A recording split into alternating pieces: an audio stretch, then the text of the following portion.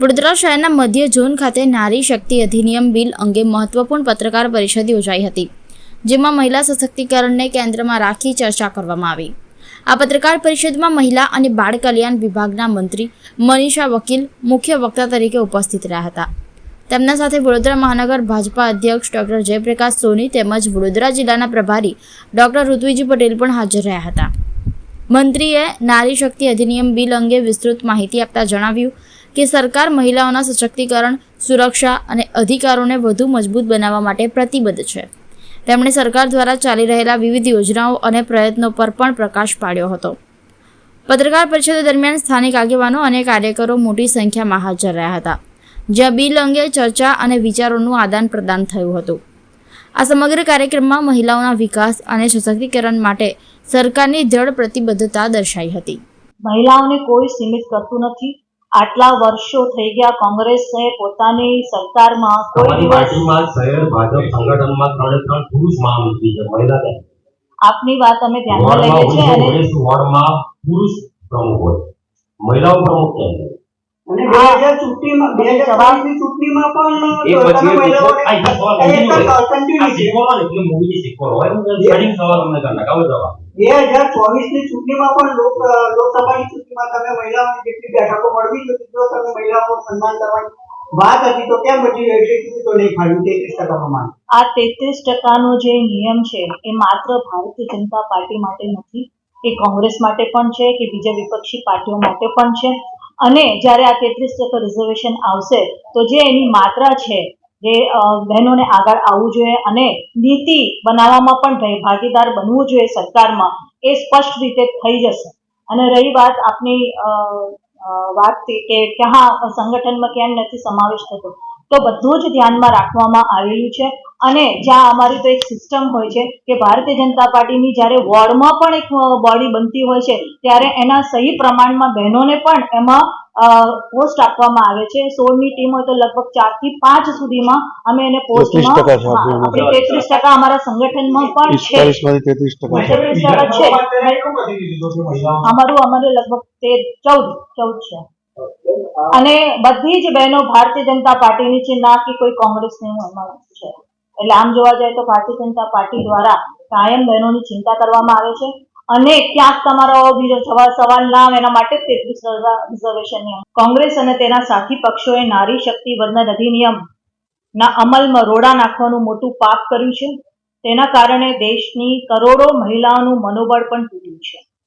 આઝાદીના દશકો સુધી દેશ પર એક હથ્થું શાસન કરનારી કોંગ્રેસ પાર્ટી નેગેટિવ રાજનીતિ કરી રહી છે। દેશના વિકાસ અને નીતિના ઘડતરમાં બહેનોના સન્માન યોગદાનનો અવસર હતો, પરંતુ કોંગ્રેસ પાર્ટીએ હંમેશાની જેમ તેનો પણ વિરોધ કર્યો છે।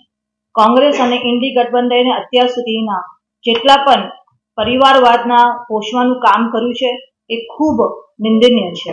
શ્રી મોદી સાહેબના નેતૃત્વમાં દેશમાં થઈ રહેલા રિફોર્મ્સ કોંગ્રેસ કલ્ચરવાળા લોકો સાંખી શકતા નથી, એટલે એમને ડર છે કે જો અધિનિયમ લાગુ થઈ જાય તો દેશની સામાન્ય પરિવારની બહેનોને પણ સંસદ અને વિધાનસભામાં પ્રતિનિધિત્વ કરવાનો મોકો નહીં મળે। કોંગ્રેસ એનો વિરોધ કરીને પોતાની કુટિત માનસિકતા પ્રકટ કરી દીધી છે। એક બાજુ મહિલાઓના હિતમાં વાત કરવી અને જ્યારે મહિલાઓને સશક્ત બનાવવા માટે કાયદાકીય જોગવાઈ લાવવાનો સમય આવે છે ત્યારે તેને રોકવાનો તીવ્રતાથી પ્રયાસ કરવામાં આવે છે। કોંગ્રેસની આ બે મોઢાની રાજનીતિ આજે લોકો સમક્ષ ખુલ્લી પડી ગઈ છે। મહિલાઓના હિતોને અવગણના કરીને કોંગ્રેસની એક જૂની આદત છે। કોંગ્રેસના સમયમાં મહિલાઓને બેંક ખાતા, સ્વાસ્થ્યની સુરક્ષા, ટ્રિપલ તલાકમાંથી મુક્તિ જેવી મૂળભૂત સ્વતંત્રતા અને સુવિધાઓથી પણ વંચિત રાખવામાં આવી હતી। લટકાવવાના, ભટકાવવાના, નટકાવાય એવા જે કોંગ્રેસનું દેશ માટેનું વલણ રહ્યું છે એ ખૂબ નુકસાનકારક છે। Congress one nation one election, SIR, UCC, શરણાર્થીઓને સુરક્ષા આપવાનું જે કાનૂન, જનધન યોજના, આધાર, ડિજિટલ પેમેન્ટ જેવા અનેક સુધારાઓનો પણ વિરોધ કર્યો। સૌપ્રથમ તો ટૂંકી નોટિસમાં આ પત્રકાર વાર્તામાં પધારેલા સૌ પત્રકાર મિત્રો, ફોટોગ્રાફર, કેમેરામેન સૌનું હૃદયથી ભારતીય જનતા પાર્ટી વડોદરા મહાનગર વતી હાર્દિક સ્વાગત કરું છું. આ પત્રકાર પરિષદમાં સૌની વચ્ચે ઉપસ્થિત શહેર વિધાનસભાના લોકપ્રિય ધારાસભ્ય અને ગુજરાત સરકારના મંત્રી એવા શ્રીમતી મનીષાબેન વકીલ, સાથે વડોદરા જિલ્લાના પ્રભારી અને પૂર્વમાં યુવા મોરચાનો જેમને કમાન સંભાળ્યું તેવા ઉર્જાવાન ડૉક્ટર પૃથ્વીજી પટેલ, પૂર્વ સાંસદ એવા શ્રીમતી રંજનબેન, પૂર્વ ધારાસભ્ય શ્રીમતી સીમાબેન, પૂર્વ સાંસદ એવા જયાબેન, પૂર્વ મેયર જિગીશાબેન, પૂર્વ ગુજરાત સરકારના મંત્રી, પૂર્વ ધારાસભ્ય અને પૂર્વ શહેર પ્રમુખ એવા જીતેન્દ્રભાઈ સુખડિયા સાહેબ, સૌ ઉપસ્થિત કાર્યકર્તાઓ, શહેરના મહામંત્રીશ્રીઓ અને આ પત્રકાર મિત્રો, 2 દિવસ પહેલા જે રીતે લોકસભાનું પાર્લામેન્ટ સેશન, સ્પેશિયલ સેશન બોલાવવામાં આવ્યું હતું અને ખાસ કરીને ભારતની જે અડધી આબાદી છે એવી નારી શક્તિને સશક્તિકરણ કરવા માટે આદરણીય માનનીય નરેન્દ્રભાઈ જે વિઝન લઈને ચાલતા હતા કે જ્યારે આપણે વિકસિત ભારત બનાવવું છે, ભારતને સમર્થ બનાવવું છે, આઝાદીના 100 વર્ષ પૂર્ણ થાય એટલે કે 2047 સુધી વિકસિત ભારત 2047નો જ્યારે સંકલ્પ લઈને ચાલી રહ્યા છે, ત્યારે નારી શક્તિને વધુ મજબૂત બનાવવા માટે પાર્લામેન્ટમાં અને વિધાનસભામાં એમને 33% આરક્ષણ મળે એવા પ્રકારનો બંધારણમાં સુધારો કરવાની આવશ્યકતા હતી. એનું બિલ લઈને એમને સ્પેશિયલ સેશનનું આયોજન કર્યું હતું અને આપ સૌને જણાવીને દુઃખ થાય કે જ્યારે પાર્લામેન્ટમાં આટલી બધી સારી ચર્ચા થયા બાદ વિરોધ પક્ષે આ બિલને પારિત તો થવા ના દીધું.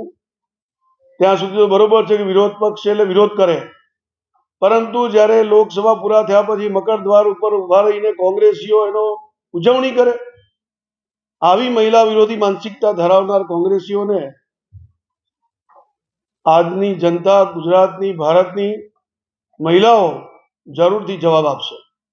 આજે નકારાત્મકતાની રાજનીતિના જે પ્રકારના એ લોકો સ્ટેટમેન્ટ આપે છે, હમણાં પૂર્વમાં જ ખડગેજીએ જે રીતે ગુજરાતની જનતાને અભણ અને મૂર્ખ કહી હતી, એવા અનેક પ્રકારના આ નકારાત્મક રાજનીતિના નિવેદનો હોય કે નકારાત્મક રાજનીતિથી વિરોધ કરવાનો હોય, એમને એવું કરી બતાવ્યું છે કે મહિલા વિરોધી માનસિકતા આ કોંગ્રેસ ધરાવી રહી છે.